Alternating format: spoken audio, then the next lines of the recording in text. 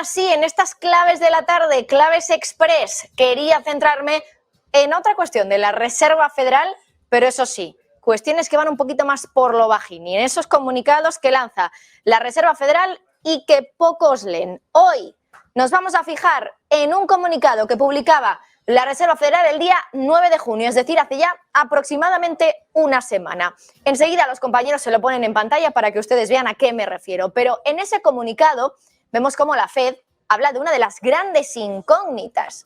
Por ejemplo, ¿qué pasa con el dinero que se le prestó a los bancos que ya han colapsado en Estados Unidos? Es decir, Silicon Valley Bank, Signature Bank y First Republic. Pues la Fed no perdona, quiere que ese dinero se le devuelva y que se le devuelva pronto. Concretamente, antes de finales de este año, dice la Fed en el final de ese comunicado que espera que esos préstamos se devuelvan en su totalidad antes de finales de 2023. Ahora bien, claro, ¿de cuánto dinero estamos hablando? No lo sabemos, pero sabemos que la Fed ha dejado a través de su Bank Term Funding Program y su ventana también de descuento un total de 170.000 millones de dólares. La pregunta es ahora, ¿quién va a pagar por esos préstamos? ¿Van a pagarlos los bancos que se quedaron con esas entidades colapsadas? Silicon Valley Bank, Signature Bank y First Republic. Pues es curioso, porque la Fed no quiere castigarlos a ellos. Por ejemplo, a JP Morgan, que es quien se quedó con First Republic. Dice que las entidades que los compraron no han asumido la ventanilla de descuento y los préstamos del Bank Term Funding Program.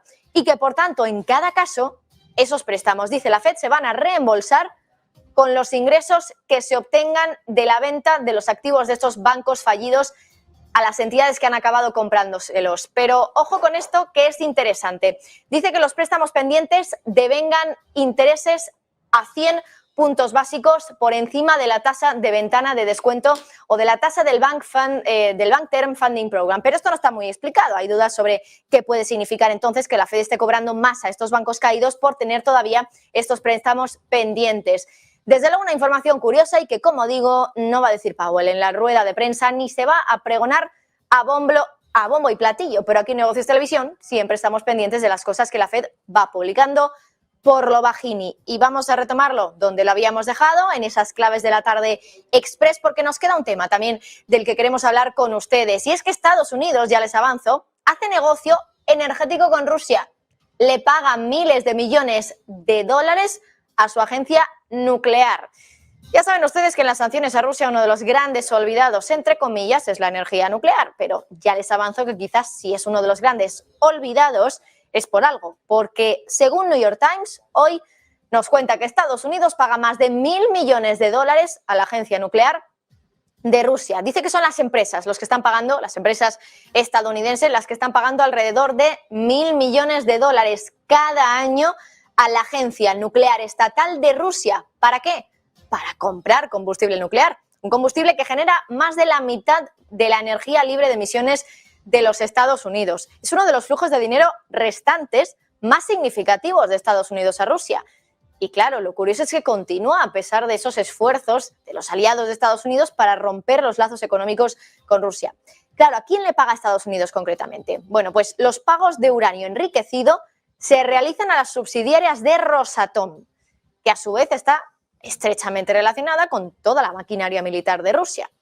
Y claro, lejos de querer reducir esa dependencia de esta materia prima rusa, lo que se espera es que aumente todavía más, porque Estados Unidos quiere tirar todavía más de energía nuclear a medida que apunta a disminuir la dependencia de los combustibles fósiles. Pero claro, hay un problema, que ninguna empresa de propiedad estadounidense enriquece uranio.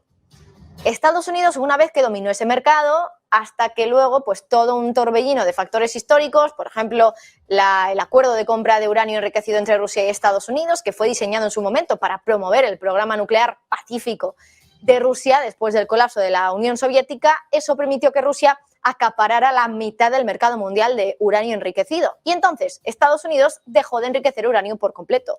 Es cierto que además Estados Unidos y Rusia, Europa, han dejado de comprar combustibles fósiles rusos como parte de ese castigo por la invasión de Rusia. Pero claro, ¿qué hay del uranio? Y es que al final construir una nueva cadena de suministro de uranio enriquecido puede llevar mucho tiempo, años. Y también trae consigo una financiación gubernamental significativamente mayor que la que tienen asignada actualmente estos países.